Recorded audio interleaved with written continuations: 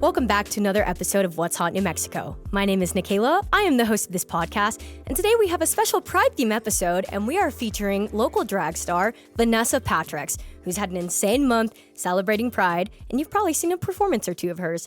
Thank you guys so much for watching, and we can't wait to put out more. If you enjoy our podcast, please like and subscribe and consider becoming a digital subscriber to the Albuquerque Journal to help us bring you more content like this. You can find this episode and all of our podcasts on the Albuquerque Journal website, abqjournal.com, as well as YouTube, iTunes, and Spotify. See the show notes for a discount code on a digital subscription. Thank you for supporting the Albuquerque Journal, New Mexico's leading news. Welcome back to another episode of What's Hot New Mexico. My name is Nikayla, and today I'm joined with Vanessa Patricks. How are you doing? I'm doing great. How are you? I'm doing really good. So first off, Happy Pride Month. Happy Pride Month. I'm excited to be here representing the community, definitely. Absolutely. And so you've been booked and busy. I would love to just jump right in. You were, already in the Pride Parade. We have so much going on. Tell me a little bit about that. Yeah, Pride is always a busy month for me and my drag families and drag sisters all over the country, really.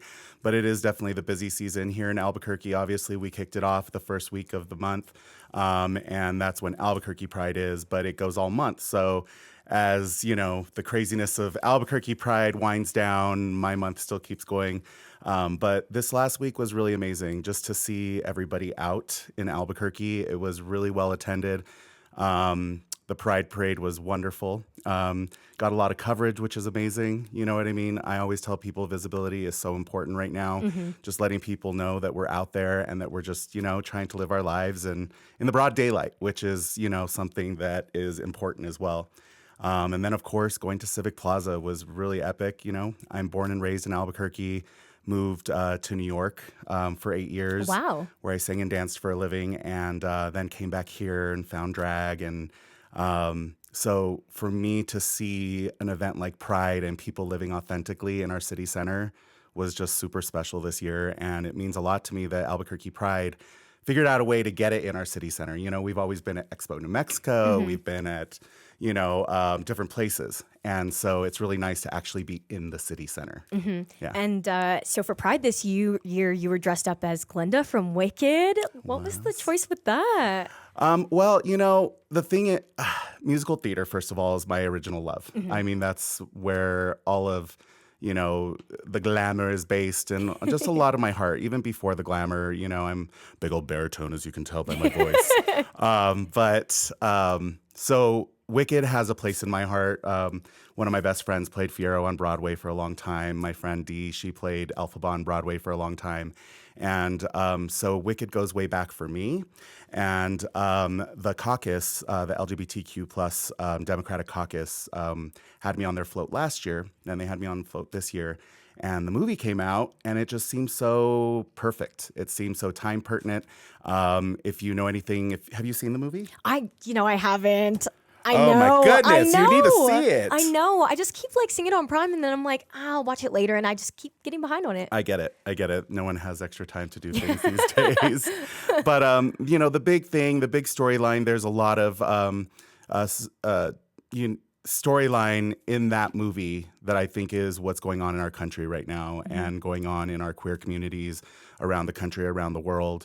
And it just seems so perfect to really focus on that friendship between two people and the miscommunication of someone such as Elphaba getting excommunicated from a community just because of propaganda and all that kind of stuff. So it just seems so perfect. And the people and the leaders over at the caucus decided that was what theme they were going to go with. And of course, give me a design challenge, and I am on board. So, I just started researching the making of the dress, and that's like a big thing because that's my day job. I'm a costume designer. Oh, wow. So that works perfect with what you do. Yeah. So, everything that you saw was mine, and from scratch, and it was nice to kind of bring it to the stage. I didn't know it was going to get as much coverage as it did, so that was lovely. Yeah. But that was fun. And so you're having a crazy month, and in some ways really good, in some ways maybe not so good. I know that you had a little bit of a recent back injury, and yet that still hasn't slowed you down. Yeah, I danced, as I mentioned, and if you've ever met a dancer, they have body problems Yeah. because we beat our bodies up. And now these days, I'm much older now, and I don't dance the way I used to.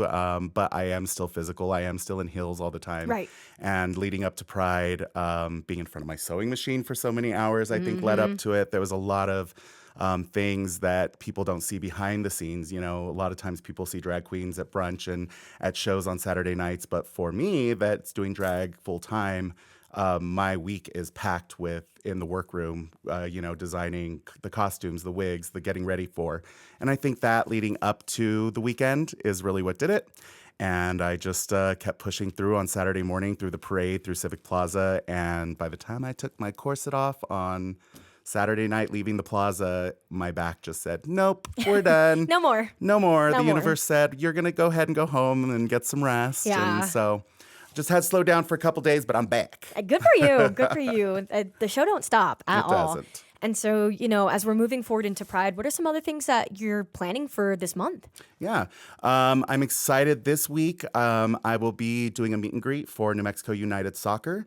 They're going to be doing their merch launch. So if you go to their website or their Instagram links or anything, you can see that they're releasing some exciting stuff for Pride. Always love New Mexico United because, as their name states, it's united, meaning everybody. And I love that they really hold true to that mission statement. And so that's really cool. They're doing some Pride merch. So I'm doing that release on Friday, this Friday. And then next weekend, I will be a guest artist for the New Mexico Gay Men's Chorus. Yes. Yes. We're still standing. I'm still standing, and it's with the rest of them and doing some Elton John. And I was super stoked because it will be my third time returning as a guest artist with the New Mexico Gay Men's Chorus, and it always feels like a homecoming every time. They always, open their arms to me and make me feel super special, which is awesome. Congratulations. Thank you. The big bucket list, which, it seems like New Mexico Gay Men's Chorus continues to give me bucket list checkoffs, it's going to be at Pope Joy Hall. I know. And so, to get to perform there, I performed there when I was, a kid, and always dreamt of when I was living in New York to come back and maybe perform there on a big national tour or something in my hometown. And so for it to come full circle, to not only be living back in Albuquerque, to be representing my community, but also to be performing on that stage as Vanessa in my full queerness, feeling, just empowered and hopefully empowering other people along the way. And but that is next Saturday. I believe that's the 21st and 22nd. Thank you. Yes. All that. Yes. So we're at the Lensic on Friday in Santa Fe, and then we'll be at Pope Joy on Saturday and Sunday, which is really exciting. And then I finish out my month at Santa Fe Pride. Nice. So I will be hosting at the Plaza Cafe in Santa Fe, watching the parade. And then I will be also emceeing the main stage at Santa Fe Pride in the Plaza. That is awesome. And I'm sure that that's like a moment of, pride during Pride Month for you, that you're a part of such these big coalitions of people that are really just trying to change the narrative of what it means to be queer in New Mexico and be a drag queen in New Mexico. Absolutely. I would say that overall we are extremely lucky in New Mexico. There's a lot of places in the country where drag artists are not so accepted. Of course, we do get pushed back a lot, and I think the kind of events and the just being aware of what's going on around us is important. And it's a hard line to ride, you know what I mean? Because there are a lot of people that just hate out of fear, and the unknown. And and my thing is that you can't hate them back. You just have to understand that people just are afraid of things that they don't know what it is. And the biggest narrative that I can push with my platform is that it's just good.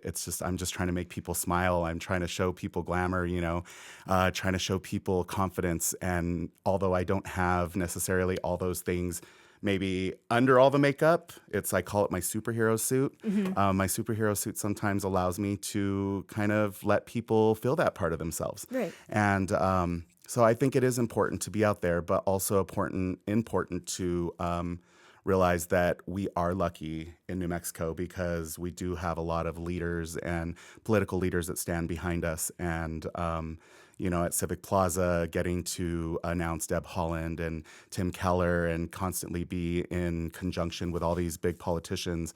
I never signed up for that. Right. I didn't know that that's what my life was going to be when I started doing drag.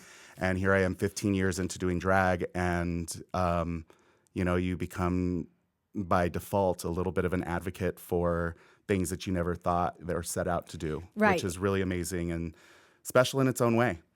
You've shifted from being entertainment, which you still are, of course, but it's also like your identity is political in and of itself. And when you step out in drag, you are making a statement to people who support, to people who don't. And so for you living in a time right now where that can be very 50-50, does it take a lot of courage? And do you sometimes have fear, trying to express who you are at a time where maybe it's not always accepted?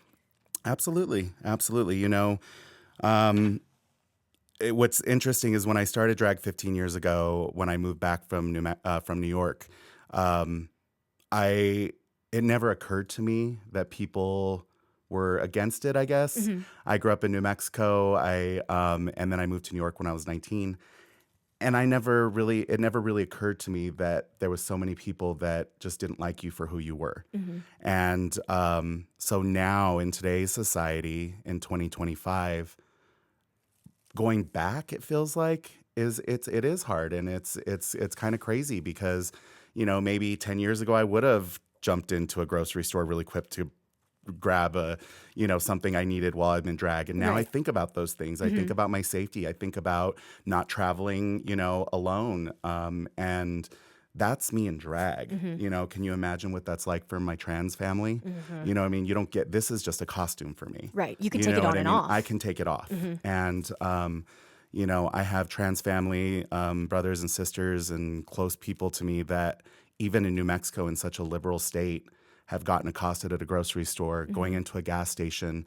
I was with somebody just a couple weeks ago and we jumped into a gas station, and my trans sister went in to just grab something, and this person came out just giving the dirtiest looks, like they wanted to hit us. And that's just for existing. Right. Literally just for existing. And so, yeah, it's very real. It's very real. And I just implore people to educate themselves, because that's really what it comes down to. No one's trying to make you have any less of anything. I grew up very religious. I am spiritual. I love my spirituality. I love my religious family, and they love me. I'm not taking away from that. You know what I mean? I'm just trying to live an authentic life and live as myself, love who I want to love. And it's hard to kind of grasp sometimes how that affects other people. Yeah. You know what I mean? Like, how does this affect you in any negative way other than just letting people be? As long as it doesn't affect my bills, I do not care what people do with their lives. Same. But not everybody feels that way, and I'm sure that can be hard for you. And we talked about education, but I'd like to educate the people on who you are, what type of drag you do, what is your performance style like? A wide range. I feel, I have a pretty wide range of types of drag. It's always going to be dependent on what kind of show it is. I'm the show director and resident host at a monthly brunch, and I always tell my cast members, I'm like, remember, it's brunch. This is not a nightclub.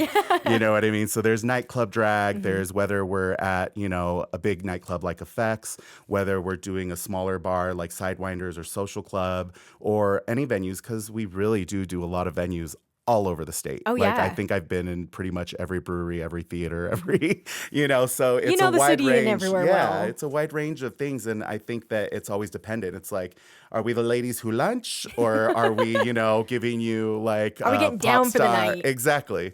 And so it really depends. Vanessa Patricks in general, I think is, I try to travel the universe with positivity. That's my main goal, because I am very aware at this point of the platform and the fact that people are listening. The article in the Journal came out on Sunday and blew my mind. I was on the front page of the Journal, which was amazing. But I wasn't expecting the article as much. Sure. And so there I am reading the article, and it's like they start quoting me and on the microphone at Civic Plaza, and I'm like, you never know what you're going to say on a microphone, because and it was just like, it was just proof to myself that it's like it is so important to be aware of everything that you're doing and be aware because people are listening. Right. And so I try to be positive, and I try to, just try to let people know. And also, just performance. Yeah. Absolute performance. Like I love to perform. I've been performing since I was a kid. I have a long line of performers in my family. My Uncle Freddie Chavez was a famous Spanish singer here, and was very well known in the state. And growing up watching him was always inspiring. It was amazing. I was, that when I started doing drag, he became one of my biggest fans. We lost him last year, is why I talk about him in past tense. But that's what true love looks like. You know what I mean? Like from family and everything, and true support. And I think that support, despite any other narrative, has let me be the person I am today.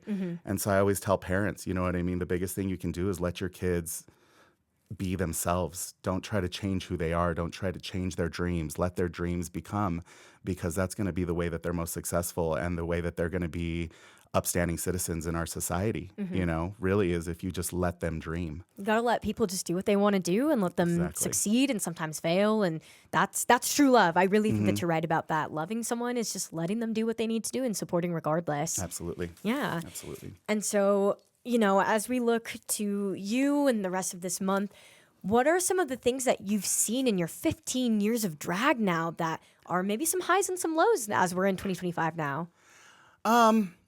I would say highs is just like seeing how drag can inspire people. You know what I mean? I've had folks from all walks of life that are just like, oh my God, you made my day. You helped me get through the week, or blah, blah, blah, blah. And that is powerful. There's a lot of power in drag. And I think that power comes from just being able to escape. The same reason that we all watch movies, we go to the theater, is to escape reality for a minute and just like live in the fantasy. And so getting to do that and helping people to do that is really cool. So I think that that's my biggest high as a general statement. Yeah. I would say some of the lows is just that naturally, I think that queer people, when we're all just trying to survive, there is, bickering and issues within the community. And I feel like specifically with this new administration, I noticed that, I don't know if it's that we're like in a liberal place and people haven't realized that that what's going on around us, but you do see some bickering within, and that's kind of hard to see sometimes. Right. You know what I mean? It's just like we need to think about what's bigger right now and about the humanity of us as a whole and our survival, not about, the little things. Right. And so, when you see things like that within a community, I think it's because people are so stressed. You know what I mean? And when people get stressed, it's like anything, like any household, when you're at home and the kids start fighting or, anything like that, I think it creates that kind of tension. And I think it's the same way in any kind of community is, I think the added pressure of what's going on around us in this world and the narrative that people are trying to say about queer people are starting to wear on people within. And it's just like hard to see that sometimes. Right. And so I'm just like, try to tell the queer family around me, just like, you guys, we gotta pull it together, and we gotta band together and stay strong and positive, and and it's not easy. I would never claim to be an angel. God knows I'm not.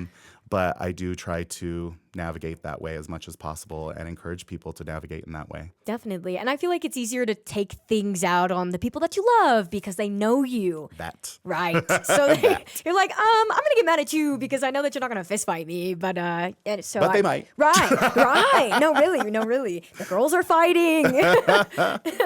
And for you, you've been performing for a while, especially this year. What are some performances that you're super proud of, or maybe a song that you go out there and you're like, I'm about to eat this up, like no crumbs left?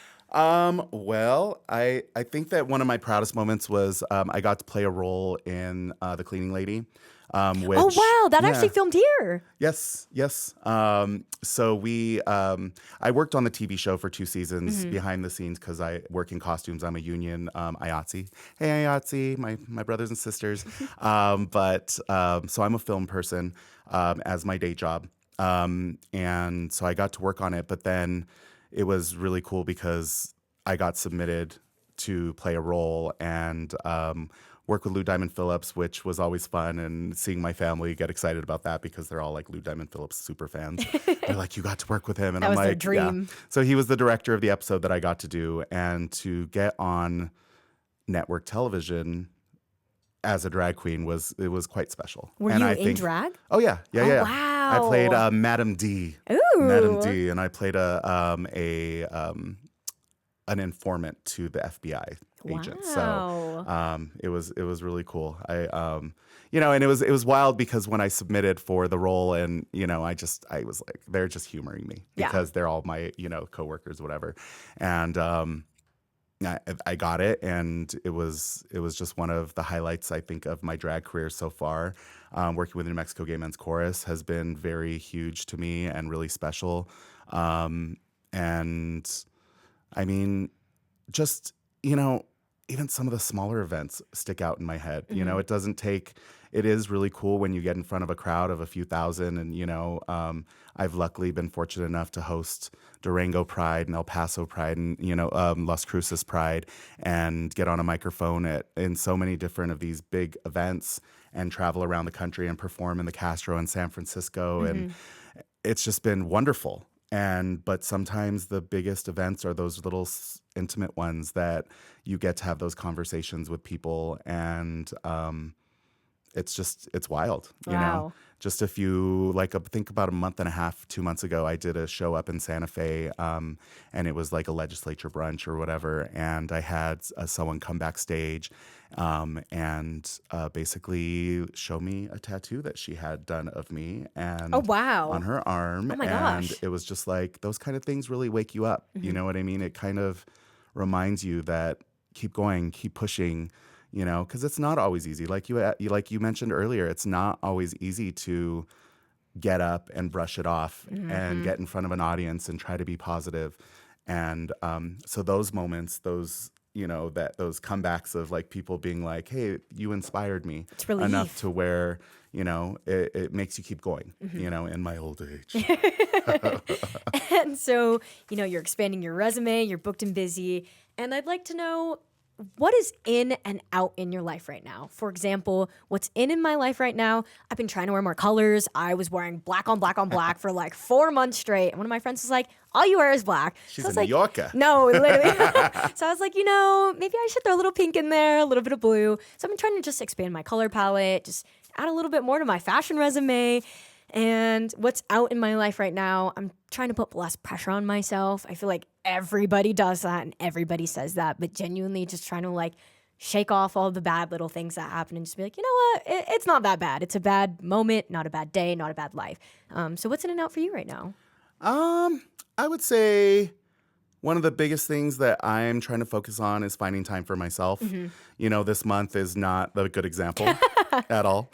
But I would say that generally speaking, I'm just going into, I won't say how old I am, but definitely older than most of the drag queens in town. Okay. And, I always joke about it being a kid sport, and I'm just like, I'm getting too old for this.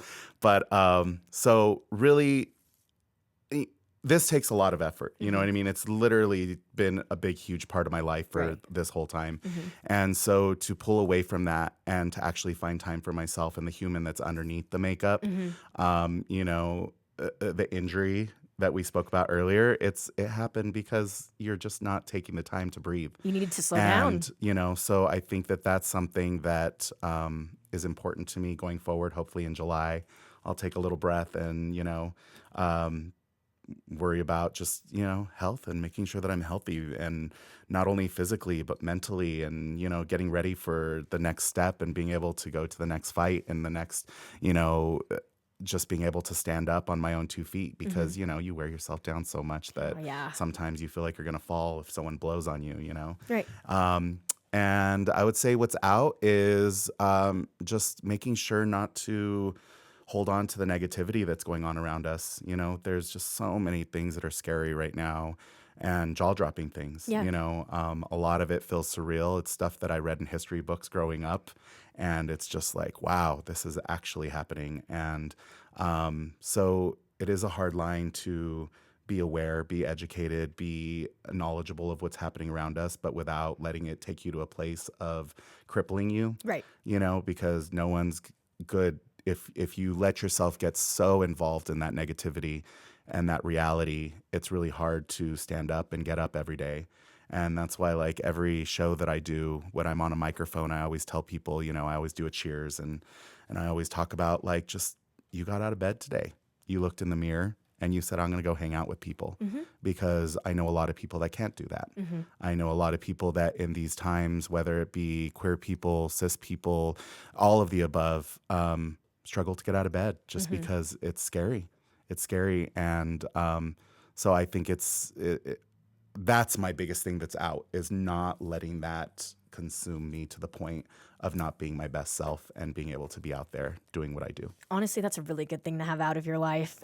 And one of my last questions for you is, what do you wish people knew about yourself or Vanessa Patricks, or both? What do you want more people to know about you?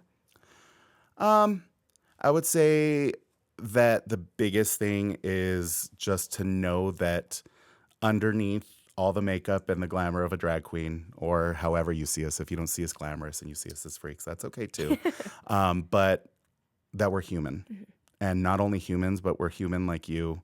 We want the same things. We want happiness. We want to live our lives. We want to be safe. We want to be able to put a roof over our heads. And it's not, I would say that that's the biggest thing that I want people to walk away from, is get to know somebody. And, performance is one side of it. And it's a big part of it, because it's just another kind of performance, whether we're on screen and theater or whatever. It's fantasy. But underneath there is a human, and we do hurt. And, it's not always the demonization of what a drag queen is to some people is wild to me. So that's what I would love people to know. There's a human under here, and I just want to live, and I want the people around me and the people I love and to be able to do the same. And it doesn't matter if you're a drag queen or if you're someone that's just trying to go to work to put food on the table for your family, but we're all human. And I think that supersedes anything else. Absolutely. Yeah. Well, thank you so much for joining us with your glamorous self. Congratulations. It's Pride. She's booked and busy. And just thank you for letting the community know about, like, you and, everybody and the people that are under the makeup. Thank you. Absolutely. And, and just get out there. Just get off the couch, go experience it. If you've never been to a drag show, go to a drag show, see what it is, just experience it in any way that you want to do it. And if you are people that are allies, or I just implore you to be louder with us right now, because we need you more than ever. We really do. Well, thank you so much. Thank you. Thanks for having me.